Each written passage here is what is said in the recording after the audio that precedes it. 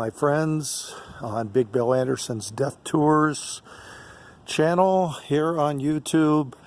I am here in Las Vegas once again, and I am at the home here at 4675 Balfour Drive in Las Vegas, once owned by Tony the Ant Spilotro. He was an American mobster and enforcer for the Chicago outfit in Las Vegas during the 1970s and 1980s.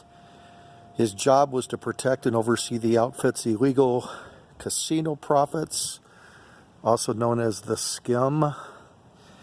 When some of the casinos were run by Frank Lefty Rosenthal, and Spilotro eventually ran afoul of his organized crime overseers who disapproved of his handling of Las Vegas affairs, and they arranged his murder in 1986 in Chicago. Spilotro served as the basis for the character Nicky Santoro in Martin Scorsese's Mafia classic Casino in 1995, the part played by Joe Pesci. Tony was nicknamed Tony the Ant by the media after the FBI Special Agent William Romer referred to Spilotro as that little piss ant. Since the media couldn't use piss ant, they shortened it to the Ant. He was also called Tough Tony. He stood 5'5" and was as ruthless as they come. By the time of his death in 1986, at the age of 48, the FBI suspected Spilotro was responsible for at least 22 murders. And Spilotro may have been involved in the attempted car bombing of mobster Frank Lefty Rosenthal on October 4th, 1982, here in Las Vegas, outside of Tony Roma's restaurant. Spilotro had been having an affair with Jerry, Rosenthal's wife.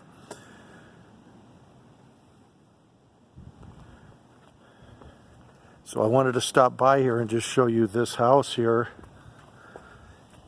in Las Vegas. Kind of a gloomy day today. And we'll walk up here.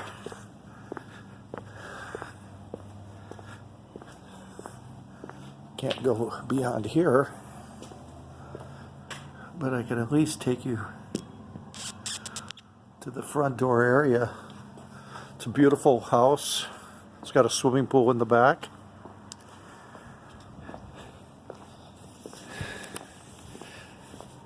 And from what I've come to learn, most mobsters live pretty conservatively overall, despite the fact they were raking in millions a year, most of them.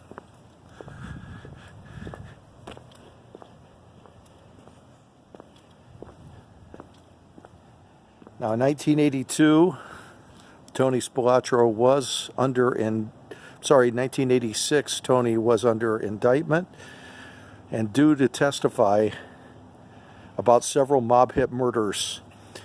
The outfit in Chicago was worried that under pressure, Tony might rat out others. So in early June, Tony was summoned from this house here in Las Vegas to Chicago for a meeting with the Chicago outfit bosses. He and his brother Michael, 41 years old, disappeared on June 14th, 1986, when they drove away together from Michael's Oak Park, Illinois home, heading to Bensonville, Illinois, saying they would return in just a few hours. They each had a bad feeling about the outcome of this meeting. They left all their jewelry, money, and identification at Michael's house. Michael told his wife if he wasn't home by 9 p.m., something very wrong has happened. Their car, a 1986 Lincoln, was recovered several days later in a motel parking lot near O'Hare Airport. And on June 22nd, their bodies were found, one on top of the other, clad only in underwear, buried under 5 feet of wet earth in a muddy grave just 2 miles east of the Illinois-Indiana state line. The freshly turned earth had been found by a farmer who thought the remains of deer killed out of season had been buried there by a poacher, and noted authorities. Their decomposing bodies were figured out by dental x-rays. Autopsy determined the brothers had been savagely beaten. Tony and Michael Spilotro are buried in Chicago. And I just wanted to come here and pay my tribute here to this house, who once housed Tony Spilotro, the great gangster of Las Vegas. And this is Big Bill Anderson's Death Tours, my friends. Saying adios. Thank you for watching. Please like and subscribe to my channel. And have a great day, my friends.